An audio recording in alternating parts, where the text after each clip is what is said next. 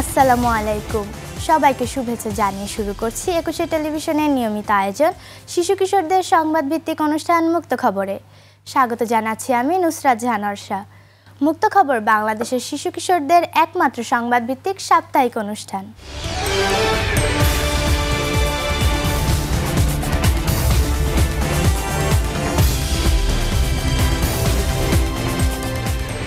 প্রশিক্ষণপ্রাপ্ত ৪০ জন শিশু সাংবাদিকের এই দলে সমাজের সব শ্রেণীর কিশোর কিশোরীরা রয়েছে। মুক্ত খবর অনুষ্ঠানের গবেষণা, সংবাদ তৈরি এবং সম্পাদনায় এরা অংশ নেয়। একুশে টেলিভিশন একটি জাতীয় সম্প্রচার মাধ্যম হিসেবে কিশোর কিশোরীদের মত প্রকাশের অধিকার হিসেবে আধুনিক দৃষ্টিভঙ্গি গড়ে তোলায় বিশ্বাসী। প্রথমে খবর শিরোনামে রয়েছে দেশের খবরে থাকছে কালো ধোঁয়া, আগুন ও মৃত্যুর দুঃসহ স্মৃতি মাইলস্টোন। বাঁচতে চায় মুন্না, সাহায্য চায় সবার। আমাদের সাফল্য আমাদের অর্জনে থাকছে নতুন গৌরবের অর্জন, মুক্ত খবরের জান্নাত। বিজ্ঞান ও প্রযুক্তিতে থাকছে ডিভাইস নয় আসক্তি, দরকার সময় মতো সঠিক ব্যবহার। প্রাণী জগতে থাকছে প্রকৃতির অন্যতম সুন্দর এক সৃষ্টি প্রজাপতি।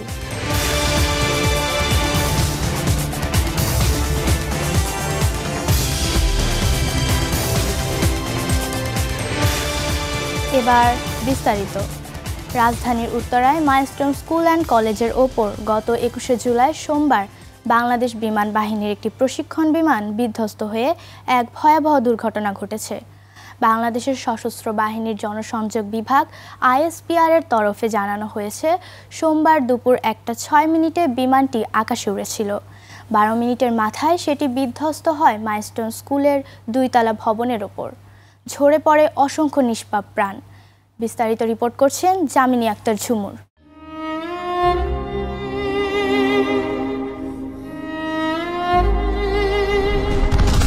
গত ২১শে জুলাই সোমবার বাংলাদেশ বিমান বাহিনীর একটি প্রশিক্ষণ বিমান বিধ্বস্ত হয়ে মাইলস্টোন স্কুলের ২তলা ভবনের উপরে পড়ে। মুহূর্তেই ঝরে পড়ে অসংখ্য নিষ্পাপ প্রাণ। বিধ্বস্ত হবার সঙ্গে সঙ্গেই সেটিতে আগুন ধরে যায়। ধোঁয়ায় ভরে উঠেছিল গোটা এলাকা। অনেক দূর থেকেও ধোঁয়ার কুণ্ডলী দেখা যাচ্ছিল। দুপুর ১টা ২২ দিকে ঘটনাস্থলে পৌঁছায় ফায়ার সার্ভিসের প্রথম ইউনিট। সেখানে উত্তরা, টঙ্গী, পল্লবী, কুর্মিটোলা, মিরপুর ও পূর্বাঞ্চল ফায়ার স্টেশনের ১০টি ইউনিট কাজ করেছে। ঘটনাটির সময় স্কুলের প্রাইমারি সেকশনের কেজি 1 থেকে 5-6 পর্যন্ত ছোট ছোট শিক্ষার্থীরা উপস্থিত ছিল সেই ভবনে। এই ঘটনায় অনেক শিক্ষার্থী দগ্ধ হয়েছেন। ঘটনাটি রীতিমতো ঝড় তুলেছে সামাজিক যোগাযোগ মাধ্যমে। ১০ মিনিট পর যেসব শিক্ষার্থীদের শ্রেণীকক্ষ থেকে বের হওয়ার কথা ছিল ছুটির আনন্দ নিয়ে, তারাই বের হয়েছিল আগুনে দগ্ধ হয়ে। ছোট ছোট নিষ্পাপ শিশুদের হাহাকার যেন চোখে দেখার মতো নয়। ছোট ছোট বাচ্চা চামড়া উঠে যাওয়া পোড়া শরীরে চিৎকার করছিল যন্ত্রণায়। কারো পুড়ে যাওয়া লাশ পড়েছিল মাটিতে। আবার কোনো মায়ের সন্তান নিখোঁজের আর্তনাদে ভরে উঠেছিল বিদ্যালয়ের প্রাঙ্গণ।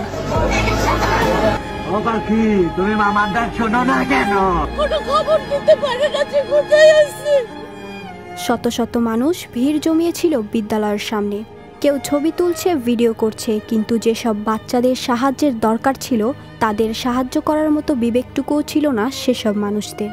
এই অবস্থায় উত্তরা উত্তর মেট্রোর নিচ থেকে মনসুর আলী মেডিকেল যেতে রিকশাওয়ালা ৩০ থেকে ৪০ টাকার ভাড়া চাচ্ছে ১০০ টাকা। মাইলস্টোন কলেজ থেকে আধুনিক হসপিটাল যেতে সিএনজি ভাড়া চাচ্ছে ১০০০ টাকা। আসলে সমাজে এখন মনুষ্যত্ব জিনিসটা প্রায় বিলুপ্ত। এই ঘটনায় যেন তার প্রতিচ্ছবি ফুটে উঠেছে। এই বিমান বিধ্বস্ত হওয়ার ঘটনায় অনেক শিক্ষার্থী দগ্ধ হয়েছেন এবং গুরুতর আহত হয়েছে। নিহত হয়েছে অসংখ্য শিক্ষার্থী। এছাড়াও ২০ জন শিক্ষার্থীকে বাঁচাতে গিয়ে মারা গেল শিক্ষক মেহেরিন। তিনি শুধু শিক্ষক ছিল না, একজন মা ছিলেন। ৮০% দগ্ধ হওয়ার পরও তিনি শিক্ষার্থীদের বাঁচানোর কথাই ভেবেছেন, নিজের কথা চিন্তা না করে। যারা সমাজ ও শিশুদের কথা চিন্তা করে নিজেদের জীবন বিলিয়ে দিয়েছে এই পৃথিবীতে, তাদের জন্য রইল অনেক অনেক শুভকামনা ও ভালোবাসা। জামিনী আক্তার ঝুমুর, মুক্ত খবর, একুশে টেলিভিশন, ঢাকা।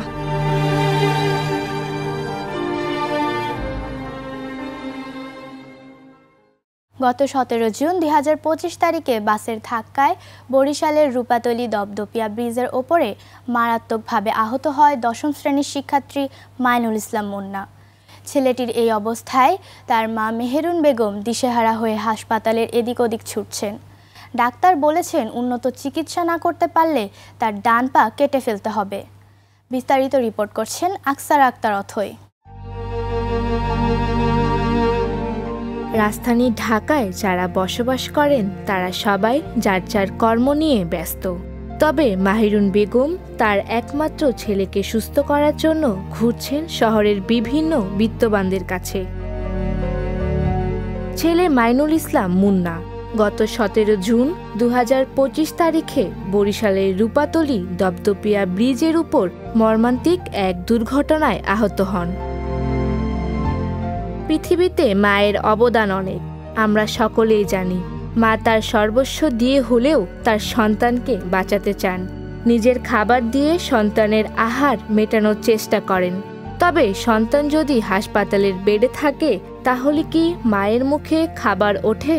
ছেলেকে বাঁচানোর জন্য একবার হয়তো একটি কলা ও ছোট্ট একটি রুটি মা মাহিরুন বেগমের সারাদিনের ক্ষুধা মেটায়। 15 বছর বয়সী মাইনুল ইসলাম মুন্নার উপর একটি দ্রুতগামী বাস নিয়ন্ত্রণ হারিয়ে তার উপর উঠে যায়। সেই মুহূর্তের একটি দৃশ্য যেন আজও কেঁপে ওঠে মুন্নার হৃদয়। মুন্নার বাবা মোহাম্মদ মগনি নোমান অনেক আগে পরপারে পাড়ি দিয়েছেন। পরিবারের একমাত্র আশ্রয় এই ছেলেটি। এখন সেই সন্তানই জীবন মৃত্যুর সন্ধিক্ষণে। হাসপাতালের বিছানায় ছটপট করছে মুন্না, আর তার অসহায় মা ছুটছেন হাসপাতালে। আর্থিকভাবে অসচ্ছল পরিবারটি এমন চিকিৎসার খরচ বহন করতে সম্পূর্ণ অক্ষম। মাহিরুন বেগম কাঁদতে কাঁদতে বলেন, মাননীয় সরকার এবং দেশবাসী এবং প্রবাসী ভাই বোনেরা, আসসালামু আলাইকুম। আমার স্বামী মারা গেছে।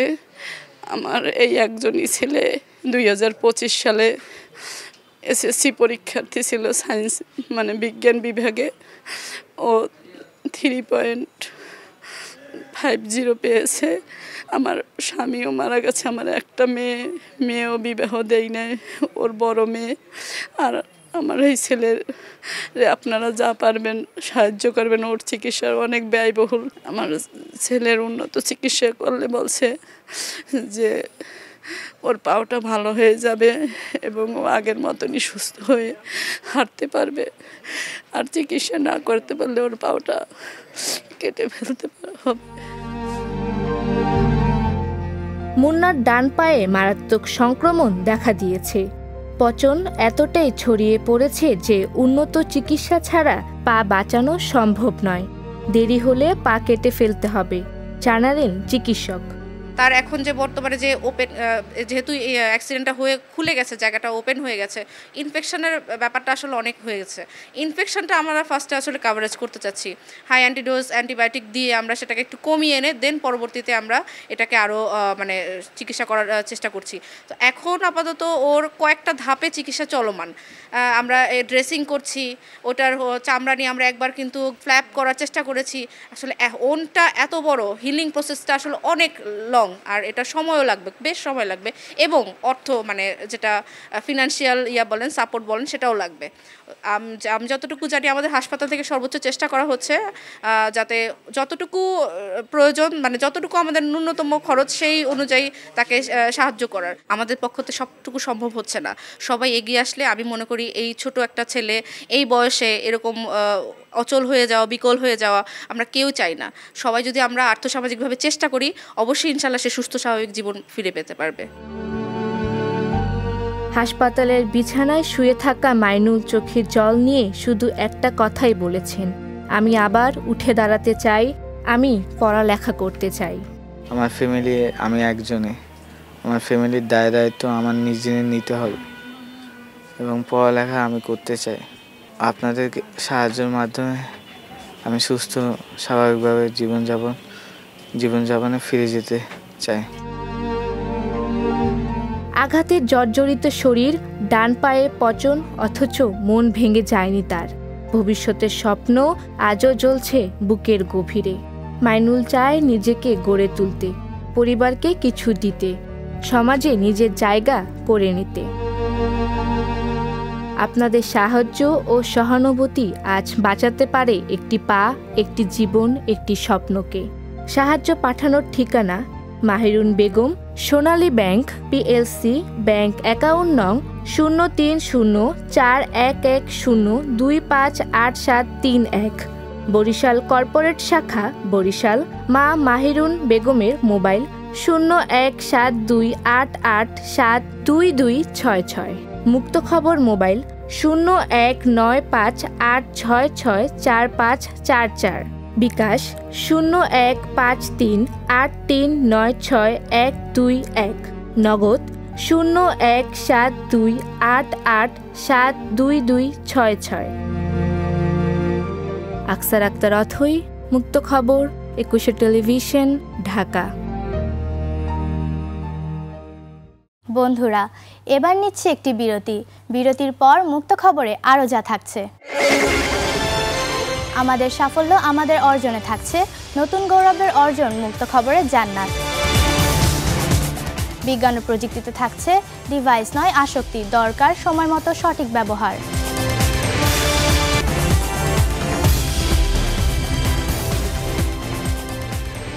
বিরতির পর আবারও স্বাগত জানাচ্ছি শিশু কিশোরদের সংবাদ ভিত্তিক অনুষ্ঠান মুক্ত খবরে। সাথে আছি আমি নুসরাত জাহান অর্ষা। আমাদের এবারের আয়োজন আমাদের সাফল্য আমাদের অর্জন।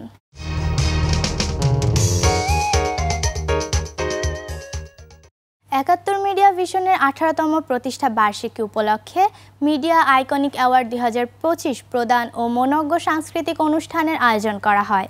এবারের আসরে নতুন গৌরবের অর্জন সেরা শিশু উপস্থাপিকা অ্যাওয়ার্ড ২০২৫ পুরস্কার পেল বাংলাদেশের একমাত্র শিশু কিশোরদের সংবাদভিত্তিক অনুষ্ঠান মুক্ত খবরের উপস্থাপিকা Sheikh Jannatul Ferdous. ৭১ media iconic award ২০২৫ নিয়ে বিস্তারিত জানাচ্ছেন এহসানুল কবির মুরসালিনের রিপোর্টে। একের পর এক চমকের মাধ্যমে গৌরবের আসন অর্জন করেছে ২১ টেলিভিশনের জনপ্রিয় অনুষ্ঠান মুক্ত খবর। ২১ টেলিভিশনের মাধ্যমে সমাজের সকল মানুষের অজানা এবং না বলা কথাগুলো প্রকাশ পায়। দীর্ঘ ২৫ বছর ধরে নির্দ্বিধায় ২১ টেলিভিশন বাংলাদেশের শীর্ষ জনপ্রিয় গণমাধ্যম। ২১ টেলিভিশনের জনপ্রিয় অনুষ্ঠান মুক্ত খবর সমাজের সকল শিশু কিশোরদের অজানা কথাগুলো তুলে ধরার জন্য বাংলাদেশের একমাত্র সংবাদভিত্তিক অনুষ্ঠান। প্রশিক্ষণপ্রাপ্ত ৪০ জন শিশু সাংবাদিক দ্বারা পরিচালিত এই অনুষ্ঠান দ্রুততম সময় সাড়া পেয়েছে পুরো বাংলাদেশ জুড়ে। গত ২৫শে জুলাই শুক্রবার ২০২৫ রাজধানীর একটি হোটেলে ৭১ মিডিয়া ভিশনের ১৮তম প্রতিষ্ঠাবার্ষিকী উপলক্ষে মিডিয়া আইকনিক অ্যাওয়ার্ড ২০২৫ পুরস্কার প্রদান ও মনোজ্ঞ সাংস্কৃতিক অনুষ্ঠানের আয়োজন করা হয়। এবারের আসরে উদ্যোক্তা, চলচ্চিত্র, টেলিভিশন নাটক, ওটিটি, গান, নাচ, সাংবাদিকতা, চিকিৎসা, শিক্ষা, সমাজসেবা সহ ২০টি ক্যাটাগরি সেরা ও সফল ব্যক্তিত্বকে এই সম্মাননা প্রদান করা হয়। ৭১ মিডিয়া আইকনিক অ্যাওয়ার্ড ২০২৫-এ প্রথমবারের মতো ২১ টেলিভিশনে শিশু কিশোরদের সংবাদভিত্তিক অনুষ্ঠান মুক্ত খবরের উপস্থাপিকা শেখ জান্নাতুল ফেরদৌস অর্জন করে সেরা শিশু উপস্থাপিকা অ্যাওয়ার্ড ২০২৫। সেরা শিশু উপস্থাপিকা অ্যাওয়ার্ডের বিষয়ে জানতে চাইলে উপস্থাপিকা জান্নাত আমাদের জানায়, আসলে আমার খুব ভালো লাগছে। আসলে পুরস্কারটা পাওয়ার আগে অনেক নার্ভাস ছিলাম যে পাই নাকি না পাই।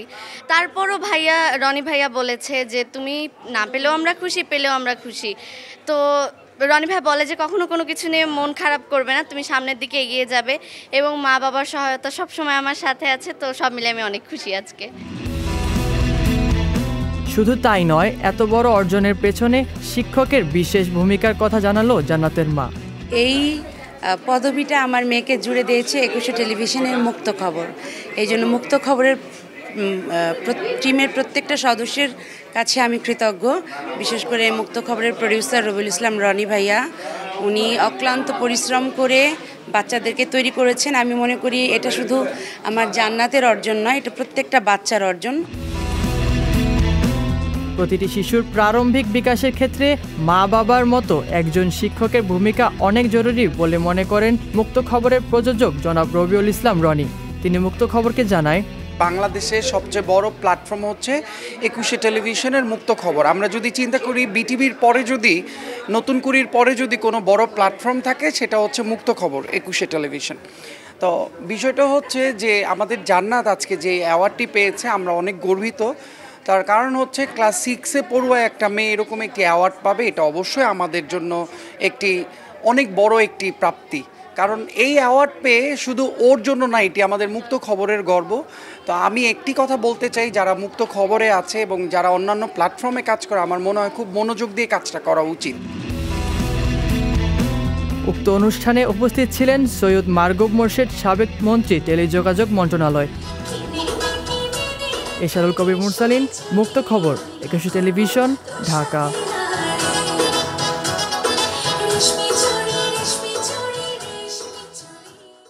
আমাদের এবারের আয়োজন বিজ্ঞান ও প্রযুক্তি।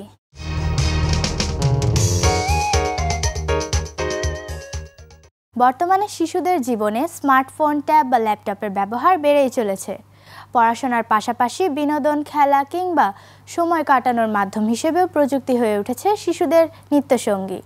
তবে এই ডিভাইসগুলো যখন মাত্রার বাইরে গিয়ে ব্যবহার করা হয় তখন সেটাই শিশুদের জন্য হয়ে ওঠে নীরব বিপদ। বিস্তারিত রিপোর্ট থাকছে আফরা রায়ধার পৃথিয়ার ডেস্ক রিপোর্টে।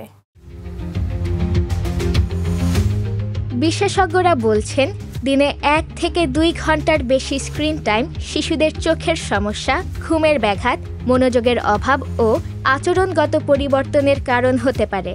অনেক শিশুই এখন বই পড়া, খেলাধুলা কিংবা পরিবারের সাথে সময় কাটানোর বদলে মোবাইল স্ক্রিনে ডুবে থাকে। অভিভাবকেরাও এক ধরনের চাপে থাকেন। শিশুকে শান্ত রাখতে বা ব্যস্ত রাখার জন্য অনেক সময় নিজেরাই হাতে তুলে দেন মোবাইল, অথচ বুঝে না বুঝেই তারা ঠেলে দিচ্ছেন শিশুদের একটি মারাত্মক অভ্যাসের দিকে। তবে শুধু ডিভাইসকে দোষ দেওয়াও ঠিক নয়। সঠিক ব্যবহারে ডিভাইস শিশুর শেখার জগতে বড় ভূমিকা রাখতে পারে। উপযুক্ত লার্নিং অ্যাপ, ভাষা শেখার প্ল্যাটফর্ম, শিক্ষামূলক ভিডিও, ড্রয়িং বা সৃজনশীল গেম এসব কিছু শিশুর কল্পনা শক্তি ও দক্ষতা বাড়াতে পারে। তবে শিশুরা প্রযুক্তির ভালো দিকগুলো গ্রহণ করতে পারবে এবং ক্ষতিকর অভ্যাস থেকে নিজেই দূরে থাকতে শিখবে। এজন্য দরকার পরিবার, স্কুল, প্রযুক্তি নির্মাতা ও সংশ্লিষ্ট দায়িত্বশীলদের একসাথে কাজ করা। এমনকি বিশ্ব সম্পর্কে জানার কৌতূহল, ডিজিটাল দক্ষতা এবং যোগাযোগের সামর্থ্য বাড়ে সঠিক নির্দেশনার মাধ্যমে। তাই প্রযুক্তি থেকে শিশুকে দূরে সরানো নয়, বরং সময় মতো সীমিত ও লক্ষ্যভিত্তিক ব্যবহার নিশ্চিত করাটাই সবচেয়ে জরুরি। শিশুদের জীবন হোক ভারসাম্যপূর্ণ, সময় ও সুযোগ বুঝে প্রযুক্তি থাকুক পাশে, যেন শৈশব হয়ে ওঠে আরও সমৃদ্ধ, আরও প্রাণবন্ত। আফরা রায়দাহ, পৃথিয়া, ডেস্ক রিপোর্ট, মুক্ত খবর, 21শে টেলিভিশন।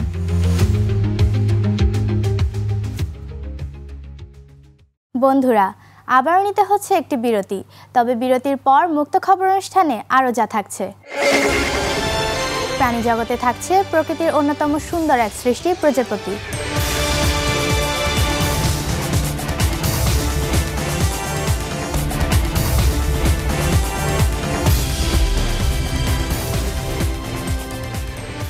বিরতির পর আরও একবার স্বাগত জানাচ্ছি শিশু কিশোরদের সংবাদ ভিত্তিক অনুষ্ঠান মুক্ত খবরে। পুরো সময় জুড়ে সাথে আছি আমি নুসরাত জাহান অর্ষা। আমাদের এবারের আয়োজন প্রাণী জগৎ।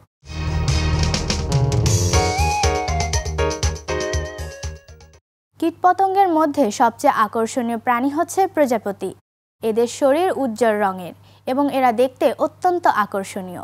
শহরের তুলনায় গ্রামগঞ্জে এদের দেখা মেলে বেশি। প্রজাপতির জন্ম ডিম থেকে হয়, তবে ডিম থেকে সরাসরি এরা বের হয় না। এরা প্রথমে শুঁয়োপোকা হয়ে একটি নির্দিষ্ট সময় রূপান্তরিত হয় প্রজাপতিতে। বিস্তারিত থাকছে অস্মিতা তালুকদারের ডেস্ক রিপোর্টে। প্রকৃতির অন্যতম সুন্দর এক সৃষ্টি হচ্ছে প্রজাপতি। প্রজাপতি লেপিডোপ্টেরা বর্গের অন্তর্গত এক ধরনের কীট। এদের শরীরের উজ্জ্বল রং দেখতে অত্যন্ত আকর্ষণীয় দেখায়। প্রজাপতির দেহ 10 খণ্ডে বিভক্ত, আকৃতি অনেকটা বেলুনের মতো। এরা ডিম থেকে জন্ম নিলেও প্রথমে শুঁয়োপোকা এবং পরবর্তীতে প্রজাপতিতে রূপান্তরিত হয়। আজ থেকে প্রায় 10 কোটি বছর আগে উত্তর আমেরিকার এক আকাশে প্রজাপতি প্রথম উড়েছিল বলে জানা যায়। এরা পা দিয়ে ভেজা মাটি থেকে পানি শোষণ করতে পারে।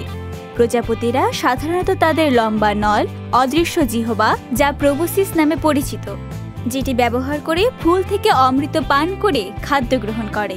এছাড়াও তারা গাছের রস, পচা ফল বা অন্যান্য জৈব পদার্থ থেকেও পুষ্টি গ্রহণ করে। প্রকৃতির সবচেয়ে রঙিন পতঙ্গ প্রজাপতি। সারা বিশ্বে প্রায় 17,500 প্রজাতির প্রজাপতি রয়েছে, যাদের মধ্যে 750টি আমেরিকায় পাওয়া যায়। আন্তর্জাতিক প্রকৃতি সংরক্ষণ ইউনিয়নের তথ্য মতে বাংলাদেশে রয়েছে 304টি প্রজাতির প্রজাপতি। সাধারণত এরা খুব বেশি দিন বাঁচে না। একটি পূর্ণবয়স্ক প্রজাপতির জীবন মাত্র 12 থেকে 15 দিনের মধ্যেই সীমাবদ্ধ। অস্মিতা তালুকদার, মুক্ত খবর, ডেস্ক রিপোর্ট, 21 টেলিভিশন।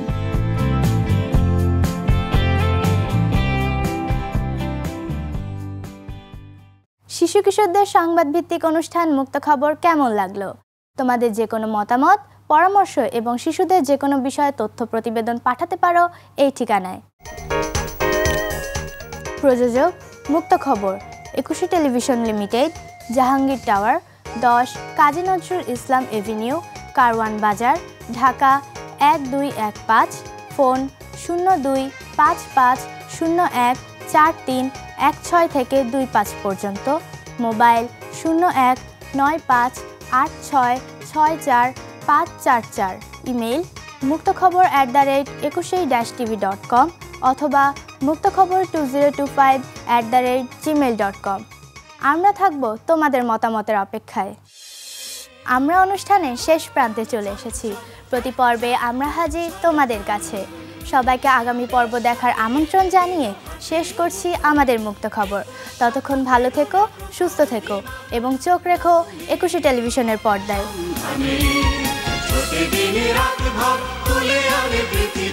মুক্ত খবর, মুক্ত খবর, মুক্ত খবর।